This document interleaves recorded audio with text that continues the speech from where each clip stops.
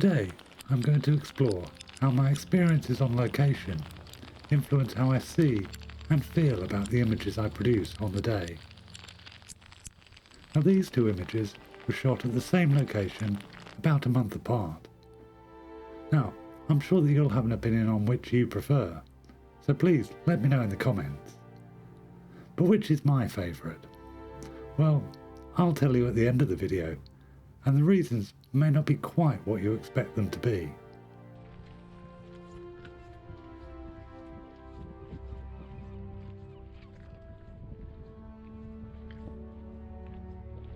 On the first early morning shoot, there was lots of low clouds sweeping through the glen, but also plenty of gaps to give the potential for the dawn sun to light up the clouds. Now, the walk in was pretty wet, but the rain meant that there was lots of water in the river, which would be perfect for the shot I had in mind. So I made my way down to the river and decided to use a large rock near the edge of the water as my main foreground interest.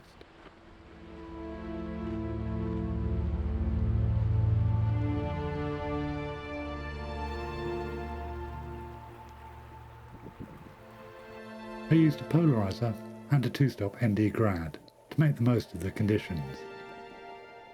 And once I was set up, it was just a case of waiting for the clouds to break just enough to let the rising sun add some colour to the sky and its reflection in the river.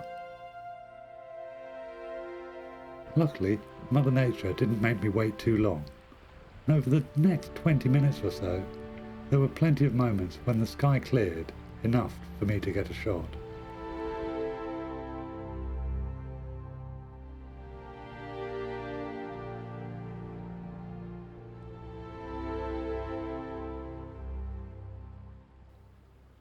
Now, after 30 minutes or so, the colour had completely gone from the sky, and even though the conditions were still pretty good, I've got my shot, so I decided it was time to call it a day.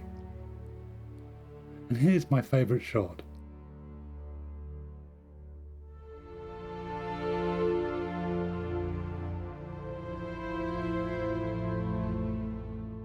The conditions for my next shot were completely different. It was much colder, and there were hail and snow showers around. But by the afternoon, there were some more dry spells, so I headed out to capture the river in full flow, and hopefully some of the snow would still be visible on the mountains.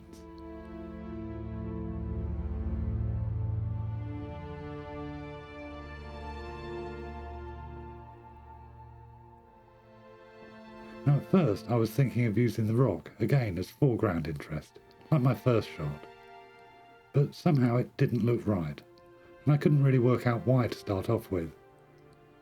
Then I realised that compared to the previous shoot, the surface of the water was much more interesting than before, due to the extra flow of the river. This meant that the rock distracted from the composition, rather than adding to it. So I moved a little further along, and found an area of water that had loads of eddies and textures in the surface, without any rocks. And now, all I needed again was the weather to play ball. But this time, Mother Nature decided that I was going to have to work for my images, as the cloud thickened and it started to hail. Now, hoping there was just going to be a short shower, I covered my camera and decided to wait it out. But the hail became heavier and heavier, until it was absolutely pelting down and I just couldn't see the mountains.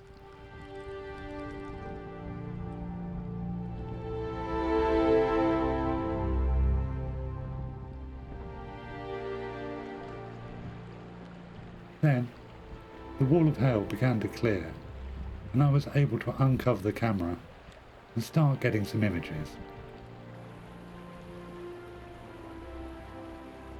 Luckily, my persistence was rewarded though, because for a few brief moments there was a clear spell over the top of me, but a wall of hail swept across the mountain.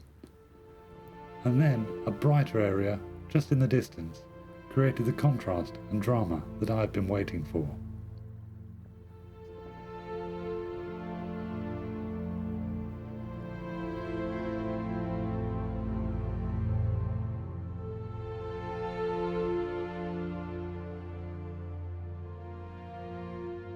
Now you've seen both images and how I shot them, which one is my favourite? Well, even though the sunrise image is much more traditional and much more like the shots that I normally try to capture, as it has amazing colours and plenty of mood, it's actually the second shot that I really much prefer. Now there are a couple of reasons why. I think it captures the drama and the reality of winter in the mountains on Skye much more than the colourful dawn image. But apart from the photographic and aesthetic reasons, I think it's also because Mother Nature really made me work and endure lots of weather that it's my favourite shot of the two. Well, I hope you enjoyed that video, and if you have, please like and subscribe, and I'll see you later.